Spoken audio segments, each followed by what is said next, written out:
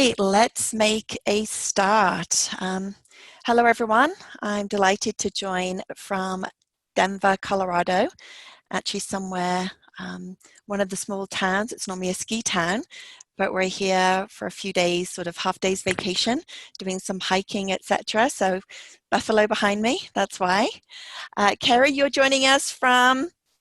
Arlington, Virginia, right outside of Washington, D.C. Excellent. And Connie? Just outside of Austin, Texas. Thank you so much. And we'll do a couple of quick introductions in a moment. I'm going to share my screen so that we can share valuable information today. Connie, can you confirm that you can see the first slide? Yes, I can. All right, well, welcome everyone. This is number 2 in a series, How to Get the Most from Executive Coaching or Leadership Coaching, with myself, executive coach, and Carrie. This is a series of 3. Please join us for the third one as well. In June, we focused on really everything about executive coaching, or as much as we could do in an hour. Now, how do we squeeze as much out of having a executive coaching, leadership coaching engagement? And then number 3 is a service we offer called Managed Service. And that's when we partner with organizations when they need coaches from us over time, like a global or a large organization, and they need us to provide lots of coaches over time, and they want us to help them strategically know how best to do that. So learning objectives for today are the following. We're going to explore the critical success factors of executive coaching, consider what goes into an engagement, learn how to prepare to get the most out of coaching if you're getting coached or supporting a coaching engagement, and also identify some of the risks, like to prevent roadblocks or risks, and some best practice mitigation solutions in advance to really think strategically to prevent any of those issues. Before we do that, we're actually going to launch a poll to see sort of what's your purpose of joining today. That will help us sort of tailor how we do this. So I'm going to launch poll number 1. Please choose which of these sort of works for you. Oh, hang on, wrong one, wrong poll. We want your answer to that one too. Just yeah. You can go ahead and start. Okay, I've numbered them incorrectly. Sorry about that. Okay, there you go. Why did you decide to join today?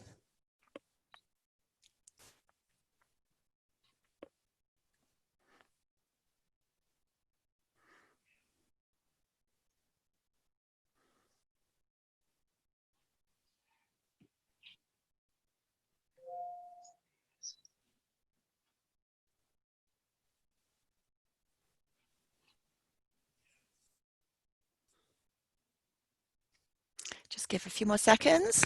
If you're not sure, then, or multiple, then feel free to choose other. Just want to make sure everyone gets a chance to vote.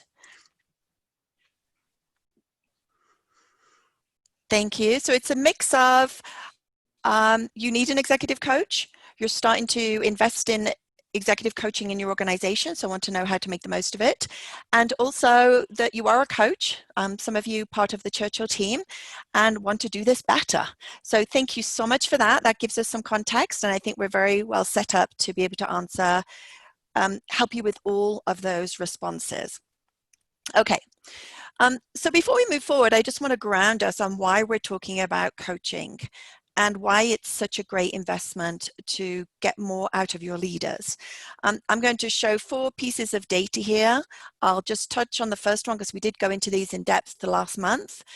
Fortune 500 organizations studied the ROI of executive coaching, like the financial impact, and 77% said it had at least it has a significant impact on at least one of 9 different business measures. Most of them were multiple.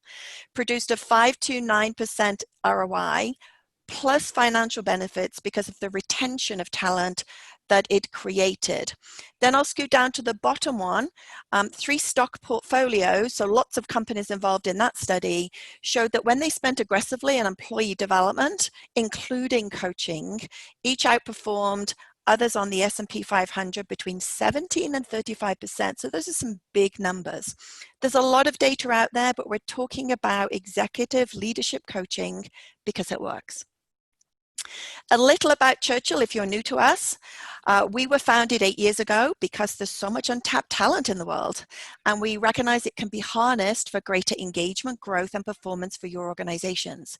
We do it by helping leaders and teams grow greater, more powerful soft skills, right? We're not teaching them how to do a P&L, we're teaching them how to communicate, deal with conflicts, think strategically, all of those great soft skills. There are many of them. And we also empower their natural talents. We use strengths assessments and tools to accelerate the natural potential as well as helping them build skills. We do it across the globe. That's why we are able to work with so many global organizations. As you can see, North America, Europe and the Middle East, Latin America, and Asia Pacific. A lot of our clients are in healthcare, technology, and finance, but we do go beyond that. And what we do is we help your organization build stronger capacity with things like engagement and teaching all of your leaders how to coach. We do it through leadership impact, which includes manager effectiveness and executive coaching. And we have a variety of higher performing team programs. We do that with over 200 incredibly trained and experienced coaches. Most of the time they work as coaches, but sometimes they work as a consultant, facilitator, trainer. And Coach Kerry, who's with us today, is one of those fabulous coaches. Thank you again for joining us, Kerry. Absolutely. These are our 5 signature programs, and they're all grounded in coaching. All are available in person, sort of post-COVID, and all are definitely and have been available remotely. So we continue to do these even through the COVID challenges. You do not have to stop investing in your people. If anything, people need it more because they need support and guidance and coaching. Just some snapshots of our clients: tech, finance, healthcare, and other industries. I'm excited to say that we're going to be starting to work with NASA as well very soon. So that's, we're super excited about that. And we have a very, very diverse team. This is just a snapshot. Diversity in many ways. Their training and their specialties, their culture, their background, gender, and more. It really helps you to have local coaches, for example. A lot of when we're asked for a coaching in China, they want people that have been GMs and amazing coaches. That's hard, but we've got quite a few of them. So culturally around the world, there are different needs, and we can solve those needs. Okay, Kerry, tell us more about yourself for the audience.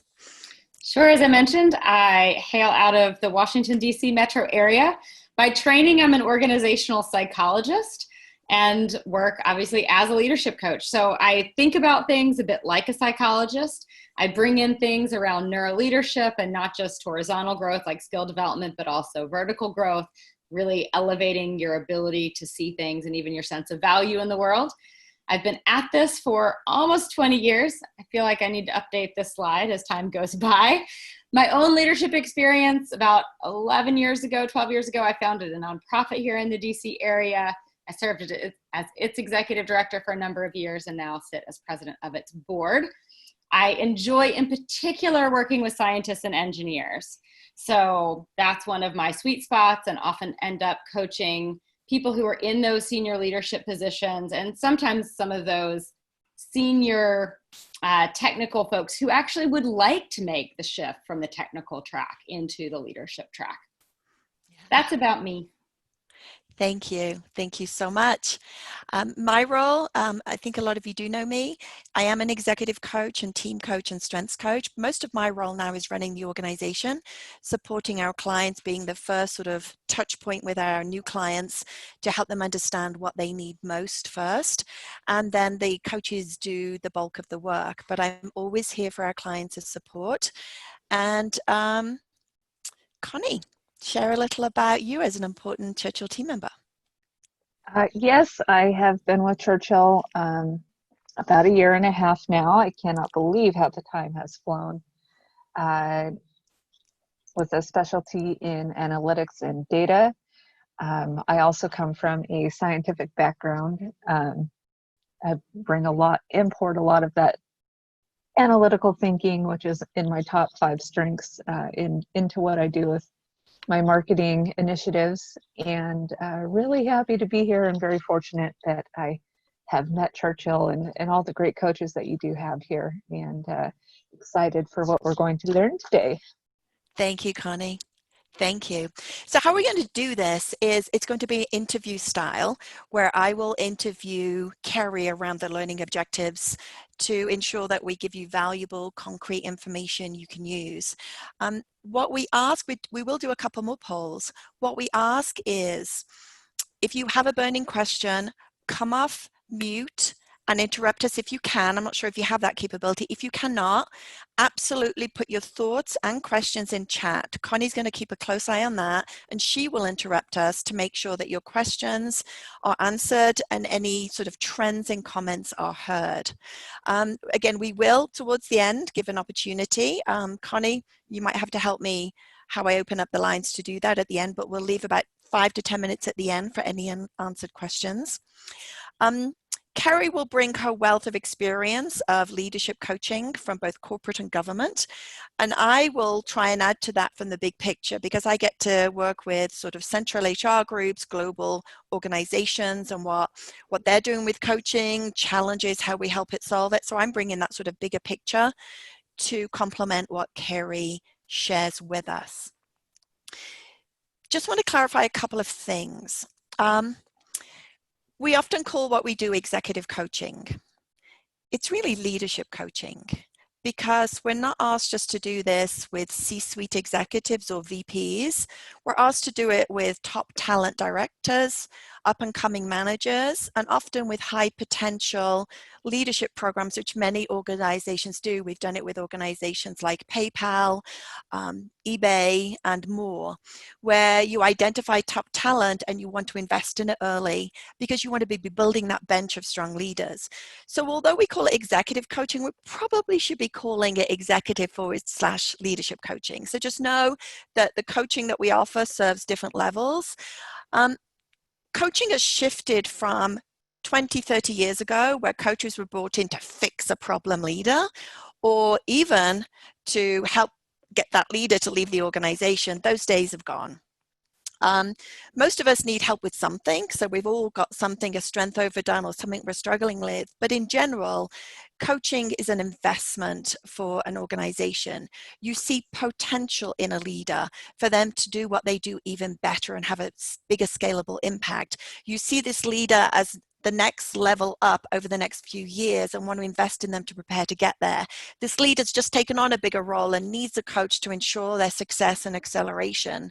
A high potential leadership program, you need the team to have coaches and other sort of solutions that Churchill can give you. It's all about retaining and accelerating your talent. Kerry, what would you add to that? Not much. I think those points of clarification are really powerful. And so sometimes, I guess I would say sometimes it's important to make sure that any of the leaders in your organization know that you're investing in them and that this is not meant to be an intervention. So your intent could be to invest in them. They don't always see it that way. Sometimes some extra effort has to be dedicated to that. Yeah, it's a compliment to get a coach nowadays. All right, another poll. So, which is the, all right, so I'm going to relaunch this. What seems the hardest part of making sure coaching works? What's your experience?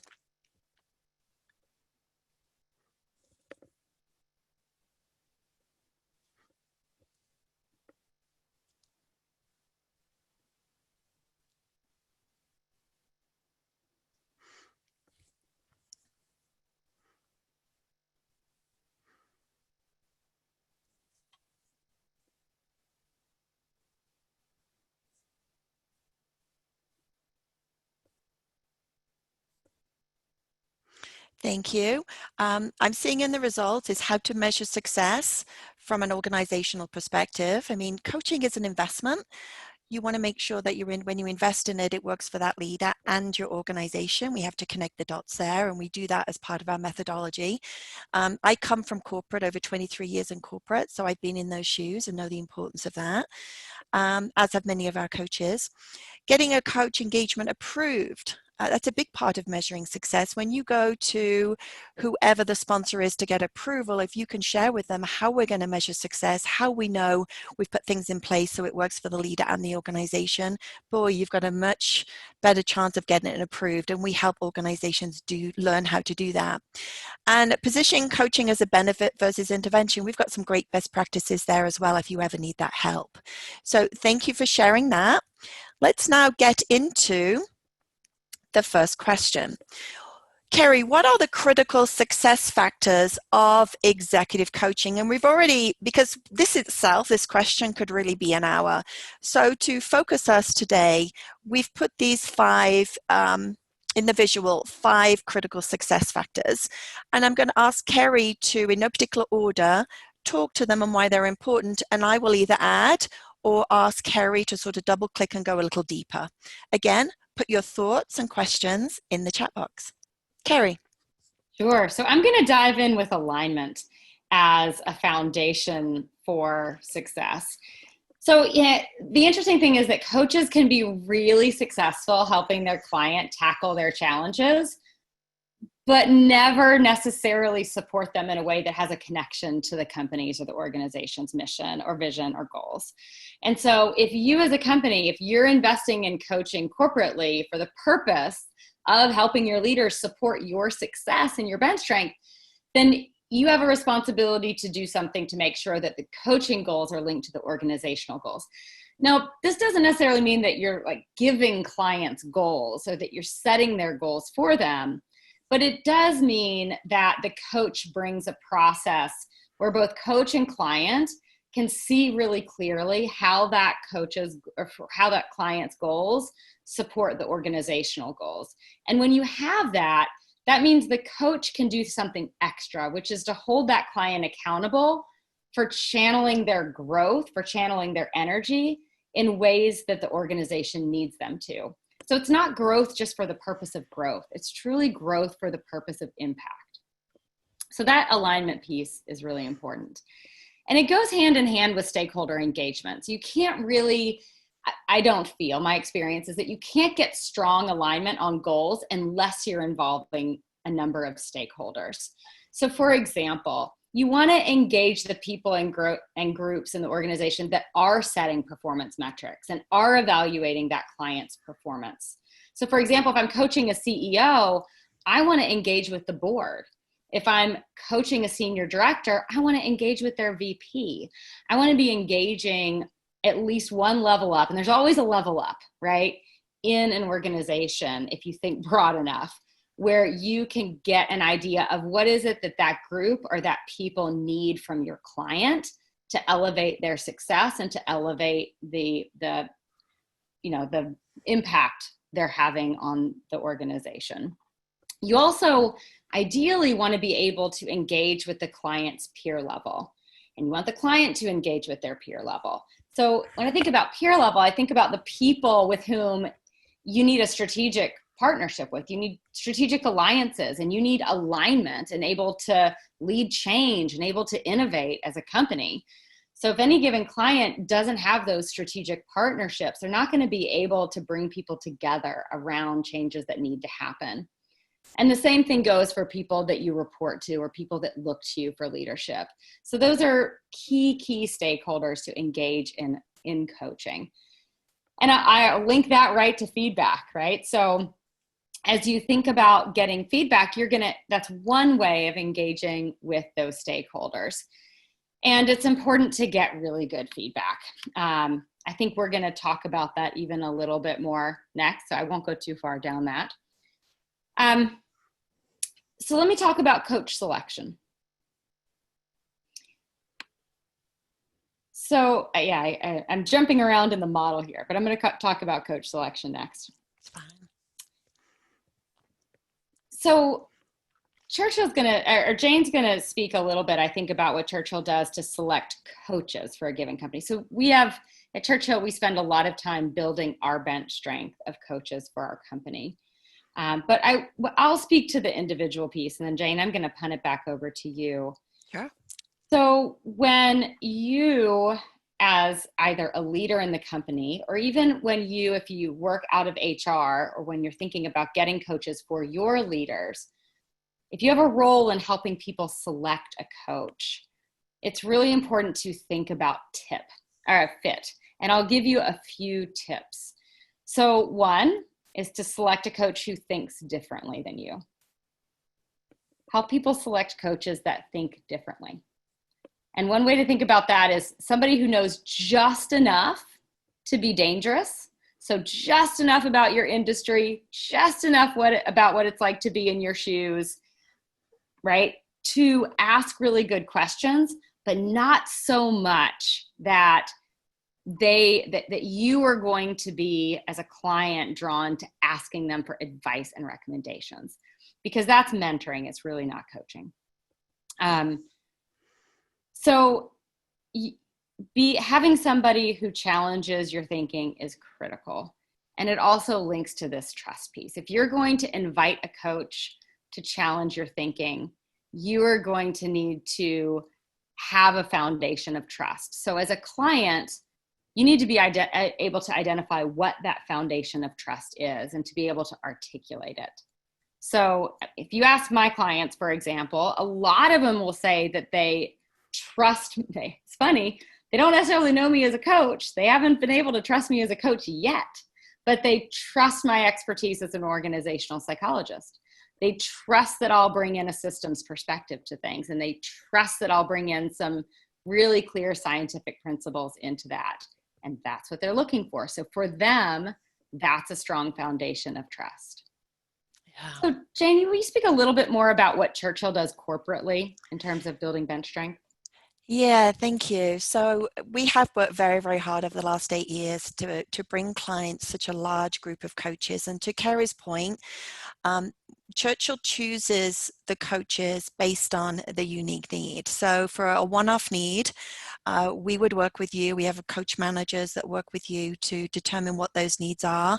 We'll ask you some critical questions, and based on what you share with us, we will provide you coach options in the form of bios, and you can interview those coaches. So the coachee, the person that's getting coached, I think Kerry was calling it the client, gets to interview a variety of coaches, because it's so important for what we call chemistry.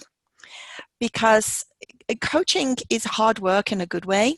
You will have regular time with your coach, and you want to make sure that you feel good about working with that person, that person you do trust and they will challenge you, and that you feel very comfortable with that, right? Because that's when you will get very much faster growth and performance out of the engagement. When we do coaching as a managed service, we will provide the organization a larger bench of coaches. So let's say you're a pharmaceutical company and we work with multiple, or a biotech company. We will choose, and depending on your global footprint, we will choose a large team of coaches that have healthcare, pharmaceutical, biotech, medical equipment experience, and have the specialties that align to your leadership capabilities, right? So we very carefully, strategically pick the coaches. And again, that gives a larger team. So at each time you need a coach, you've got multiple bios to choose from, depending on the unique need of the individual being coached. And so we're able to do that because of our large bench of coaches. And yeah. Same, I think I'll echo what you said about stakeholder engagement. Depending on if you're the coachee getting coached, depending on your coaching goals, that will further inform you with your coach's guidance. The diversity of stakeholders that you need to help you measure success, to help you give feedback along the way. And I'll finish that last bullet circle there, measuring success. We do that in multiple ways that we haven't got time to go into, but it's a mix of measuring the experience of the coaching engagement, so that we're always looking for constant improvement to serve the client. It's a mix of baseline and touch points along the way, from 360s from your stakeholders, so that everyone is totally on the same page as we measure the progress versus the goals.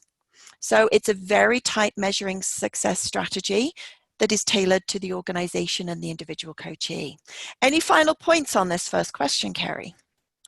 Yeah, I would just take a moment to point out that clearly we put measuring success on here as a critical success factor. You can't manage what you're not measuring. It's very difficult to manage what you're not measuring. So if you want to be managing the effectiveness of coaching and the impact of coaching, you have to be measuring it. And in my experience, where we fall short sometimes is actually simply in discipline.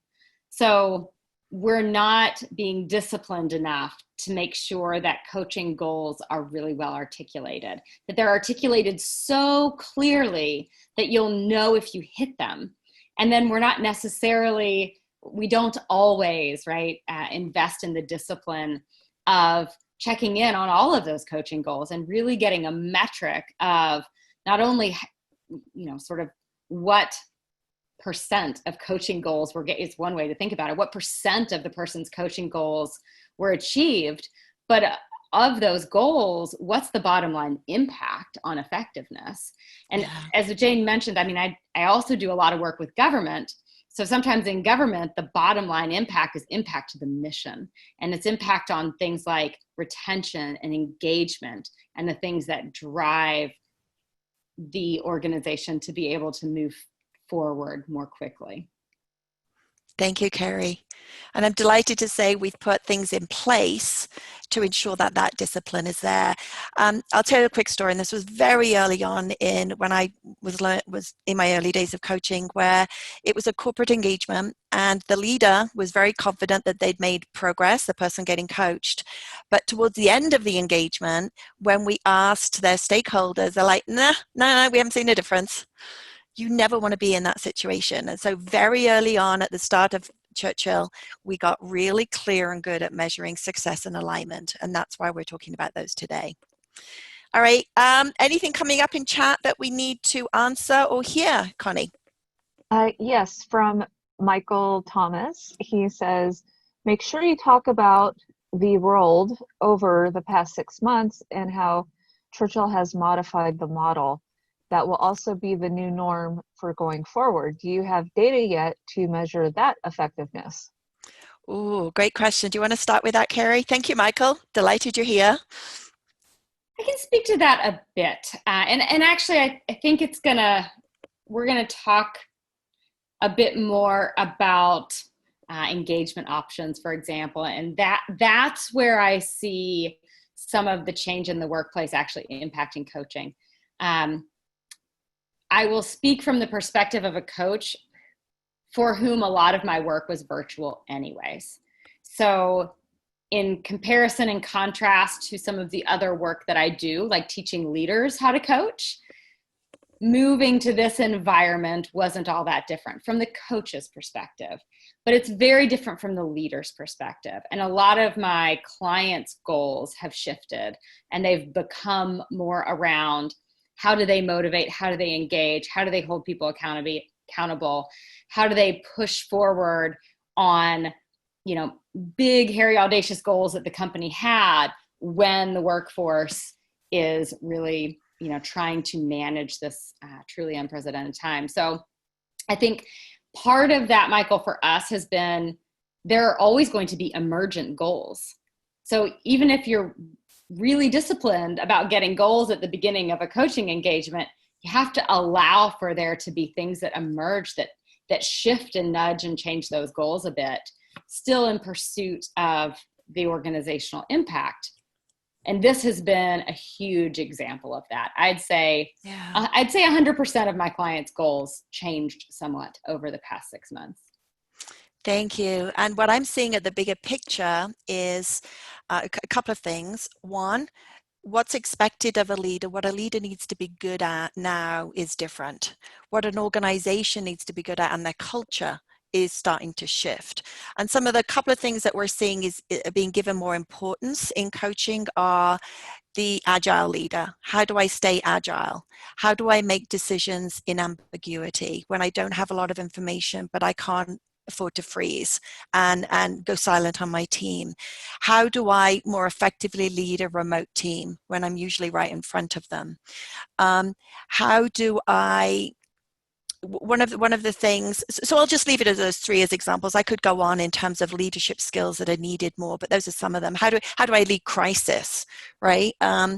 Really lead from the front in crisis. How do I consider wellness, right? Because my people are so stressed. How we've changed programs is executive coaching, leadership coaching was always available remotely because we deal with so many leaders that travel the world all the time.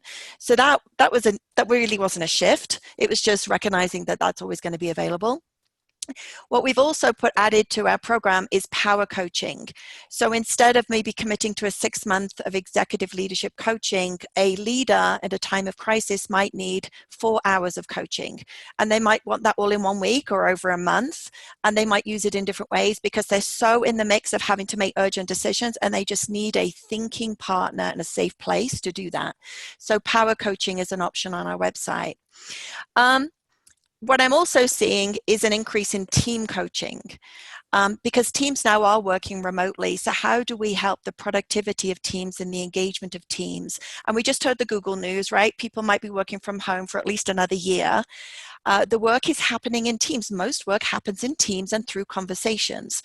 And so how do we empower teams? And so team coaching is becoming more in demand. And yeah, I hope that helps a little, Michael. If you have any follow-up thoughts or questions, let Connie know. All right, while we wait in case Michael has anything, look at number 2 here, Kerry. We can put various things in a coaching engagement. Some things are pretty standard, like the alignment meetings, the goal setting, the stakeholder meetings, the regular coaching sessions, the measuring success, the sustainability planning towards the end so the coachee doesn't go backwards. One other thing is observations. That's usually something not everyone wants to do, but is always an option. Can you speak a little to observations and the value of that in leadership coaching, please? Sure. And just to clarify a little further, what Jane means by that is, to what extent and how does a coach have the opportunity, and does a coach have the opportunity to observe their client in their natural environment?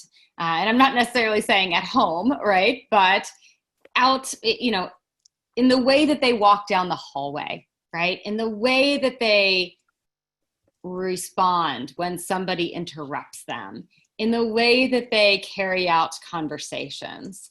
The hallway example might not be all that relevant right now, but you get the point, right? How does the coach get this insight into how the person is when they are interacting? Because how we are as leaders, right?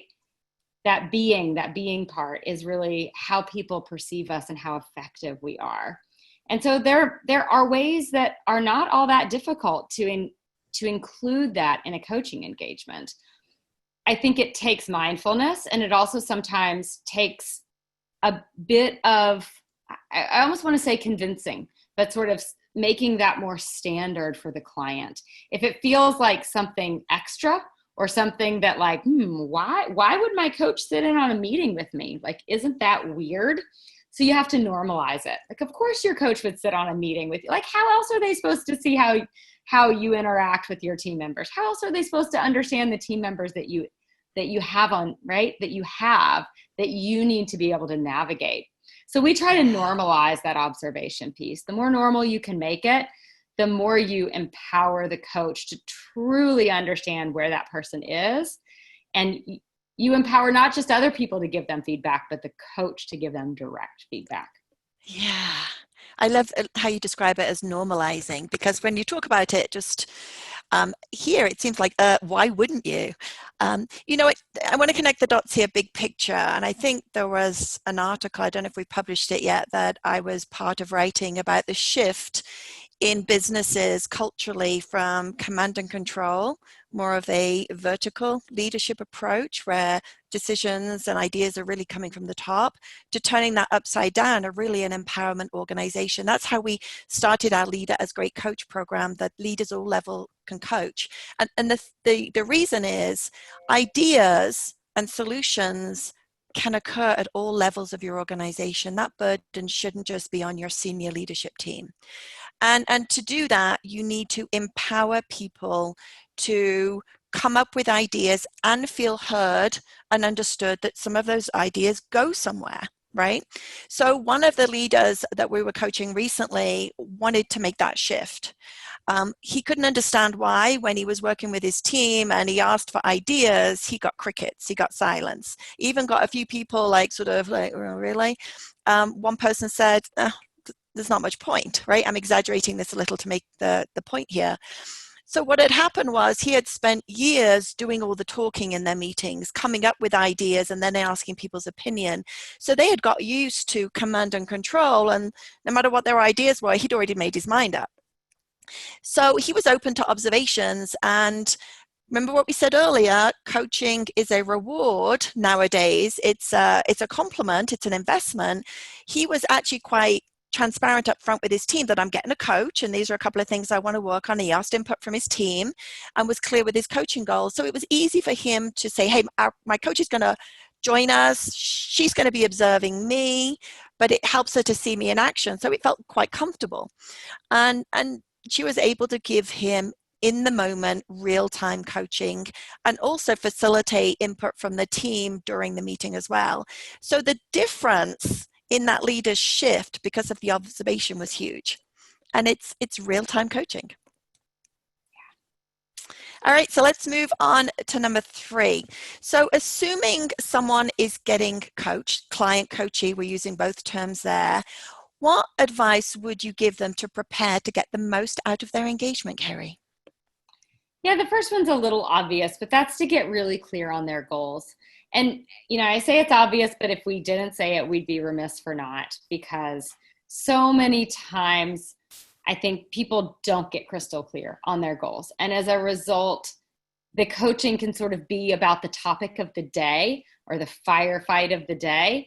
And it's not directly feeding into those goals. And of course that feeds into alignment. I mean, if a client doesn't have clear goals, clearly there's no alignment with the organizational goals, right? It becomes much more ad hoc. So that's one piece. And a great coach is going to bring a framework for that. It's not enough just to ask somebody, what are your goals? Because when you do that, what people come back with are basically topics that they'd like to discuss or challenge that they have. But a challenge is different than a goal. So for a goal, the coach really needs to be helping the client think through, what does success look like in your context? How will you know that you have accomplished this, that you have gotten there? And then another thing that I would strongly encourage is to decide, and again, a coach can help with this, but to decide what you're going to say to other people. So in other words, what are you going to say? Your boss may or may not know you have a coach, right? Hopefully they know. But if they don't, right, perhaps you should be involving them. What are you going to say to your team? What are you going to say to your colleagues? Maybe even what are you going to say to your friends? And ultimately, what you want to do with that is surround yourself with support. Jane mentioned earlier, coaching, if you're taking it seriously and getting the most from it, it's an incredibly intense experience. It's going to be a fair amount of your time and a lot of your energy. And so if you're investing all of this time and energy in coaching, you need to surround yourself with the people that are going to support you and lift you up and energize you and help you invest in coaching. The last thing you need when you're in the middle of a coaching engagement is somebody who brings negativity, right? Somebody who says, well, I thought I'd try this differently. The person who says, well, why would you do that, right? Or the person who questions instead of, sort of judgmentally questions instead of gets curious about the things that you're trying to do differently. So deciding who you're going to bring into this is very important, and bringing people into it is very important. And the last thing that I would say is along the same lines of it being an intense experience, creating space for it, making time for it. So for some people, that means being willing to delegate that new project or being willing to delegate a part of their job that consumes daily attention. Sometimes it means simply saying no to some extracurricular type activities for a while, saying, you know what, I'll get back to that in the fall, or I'll get back to that next season. For this season, I'm going to create a little bit more bandwidth. And perhaps that's the best blessing of this whole pandemic, is and I'm one of those with a second grader at home. So on that end of things, I don't have more time. But he doesn't have gymnastics. He doesn't have swimming. He doesn't have any of his activities. So in fact, right, there is greater bandwidth than simply running around like we used to do. And I think a lot of people are finding that. Thank you, Carrie.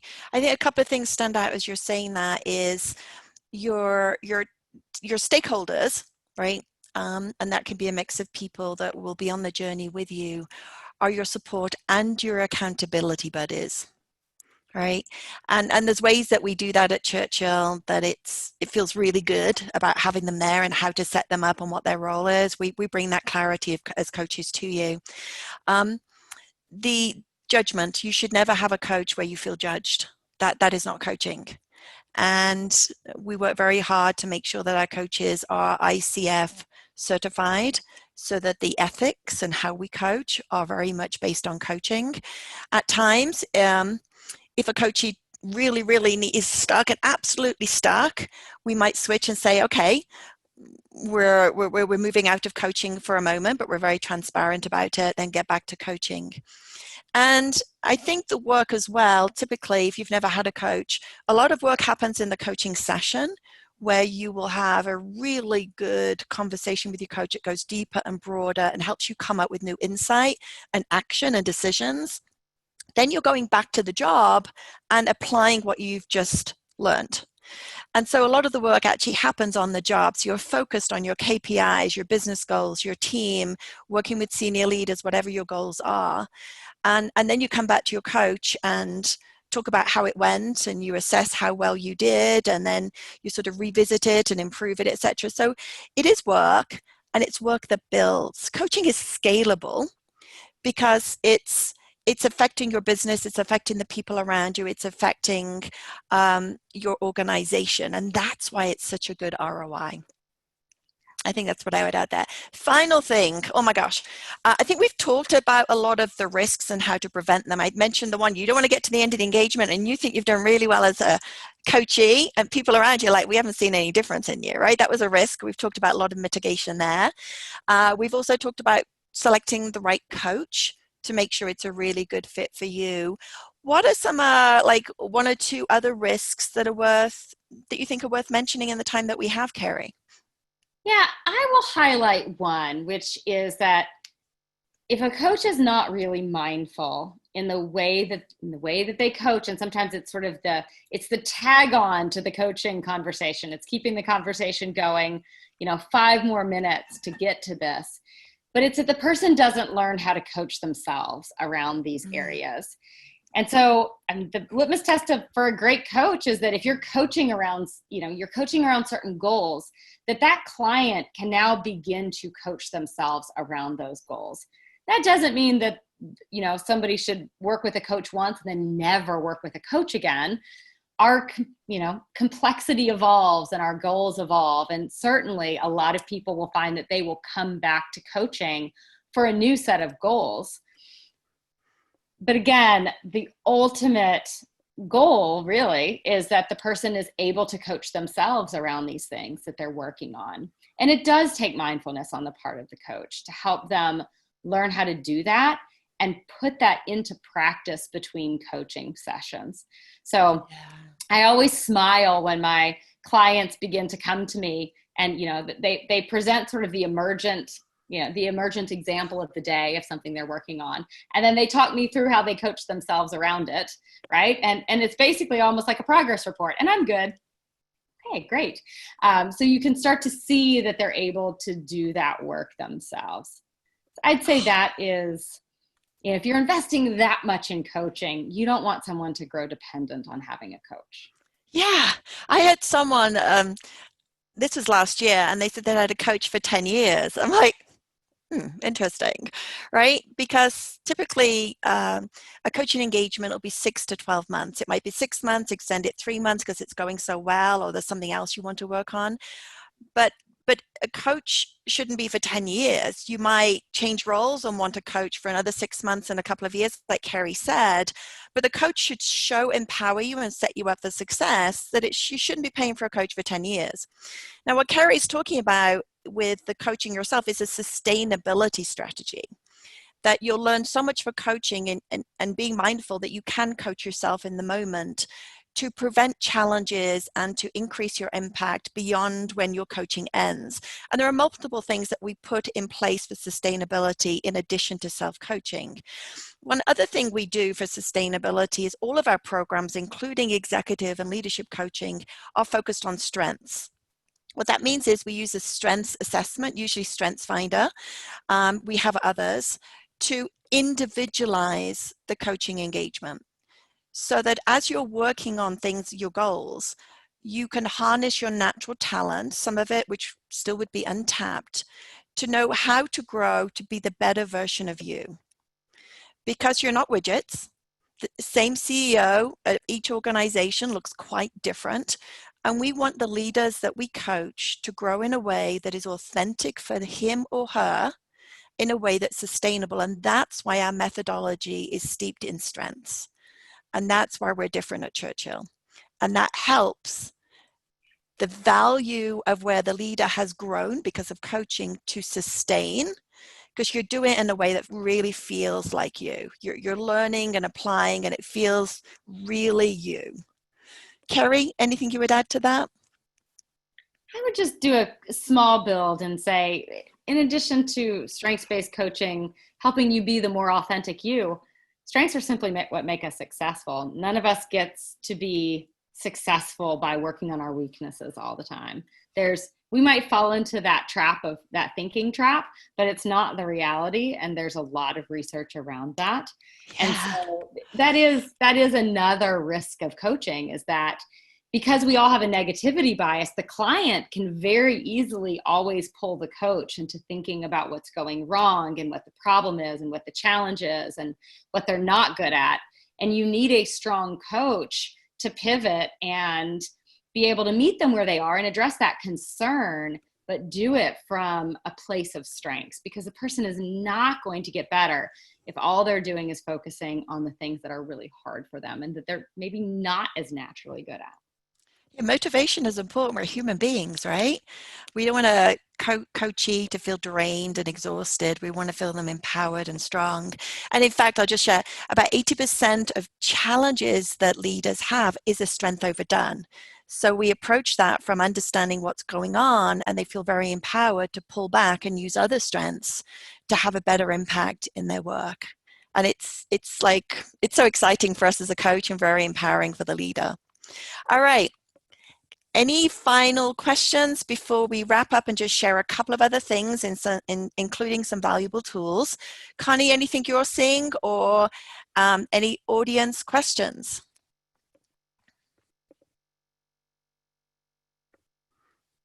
I'm not seeing anything on my side yet.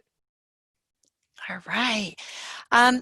Kerry is also an author and has a book called Getting the Most from the Coaching Experience, The Coaching Companion, and that's available on Amazon. So would highly recommend that, and that goes into a lot of detail. Churchill provides you 2 executive leadership coaching solutions. I'm just going to touch on those very briefly. So when you have a need or are thinking about it, you can come to us. I offer 30 minutes of my free consulting time to help you get clearer on your need, and if we can help you. One is if you have a one-off need, you want a coach, or someone in your organization needs a coach. We do that. We've talked about a lot of what's on this page. So think of that as for your one-off needs. If your organization is wanting to go deeper with coaching and you'll need multiple coaches over time, we offer a managed service where, again, we help you measure success. We help you get strategic about it, prevent the risks that we see some other companies have got into, some problems they've got into by being very strategic about investing in coaching en masse. And that is a leadership executive coaching managed service, as well as our Leader as Great Coach program, where we come in and teach your leaders how to coach and build a coaching culture. So the bigger program or the one-off needs. Why Churchill? Our coaches, I think you've heard, have real world experience as leaders and a vast amount of coaching experience with different specialties, over 200 of them around the world. We've talked about our strengths approach. We've talked about measuring success. We're business leaders. It's all about outcomes. We have that global footprint, and we're agile and tailor each engagement to your need, which means we've been agile and flexible through COVID. Tweaking programs, expanding where we help leaders based on what they need right now. Here are the 2 resources that we've built based on our experience to go out to you. Are you coachable? Is the leader you're looking at coachable? And how to choose executive coaches. So Connie will follow up in an email to you all with those. Thank you for joining us. Okay. And yes, Connie? We do have another question for Michael. Please. He does ask, corporate buy-in will be key in most cases. What is the best way to get that? For executive leadership coaching, Michael, I'm assuming.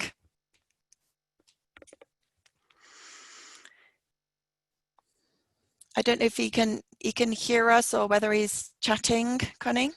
Yes, with the virus situation, most every company is experiencing major changes at staff levels. When is it best to refocus a complete new team versus a tweaking of the training that may have been going on?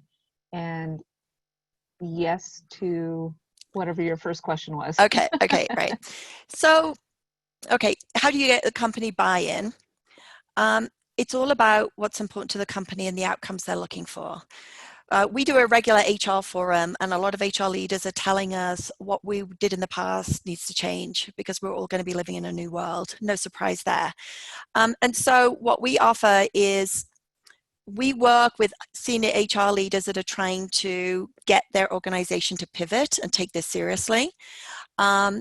And align on what is most important for us to move forward and how can coaching empower that change, right? Where do we need our leaders to change and how can we use coaching to do that? So there are 2 ways Churchill helps a business leader, an HR leader do that. We prepare you to go in and do it yourself, or we prepare and go in to do it together. So you've got the executive team or the approver that needs to hear why this is important. You've got the HR leader or the business leader, and that might be you, Michael, going in, explaining the business. And then you've got someone from Churchill, and often that is me, it might be a different coach, explaining how coaching will connect the dots. So again, it's a partnership and it's a strategic conversation, and we prepare for that.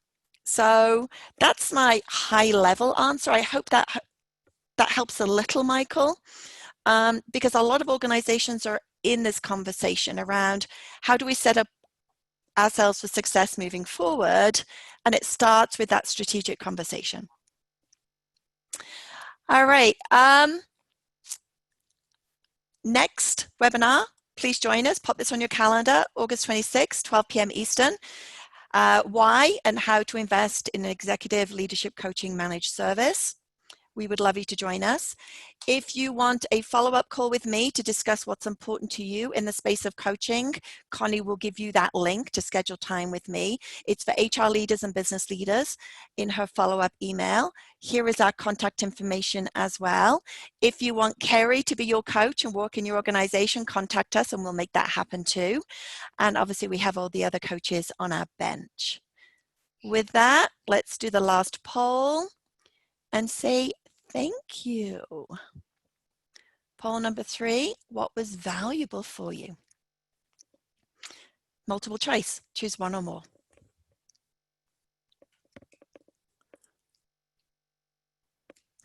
Kerry, any final words as people fill in the poll? Michael, you asked such great questions and we really appreciate them. That second part of your question, when is it best to refocus a complete new team versus the tweaking of the training that may have been going on? I'm not sure, to be very honest, that I completely understand the question. So I'd love to have a follow-up conversation with you about it, or I'm sure Jane would as well. But you're right. There's so many changes in staffing going on with this. And organizations are thinking absolutely about what are they going to do? Are they going to try to just pick up where they left off? Is that really the best strategy? And if they are going to reformulate teams, how could a coach, and team coaching in particular, really accelerate that process? I tend to think as an organizational psychologist and somebody who invests heavily in adaptability, that we're crazy if we just try to pick up where things got left off, right? Never waste a good crisis. So there are things that could absolutely be done better in our companies and in our organizations, including the one that I run. And we need to use this as a time to think about how we can do things better. Yeah.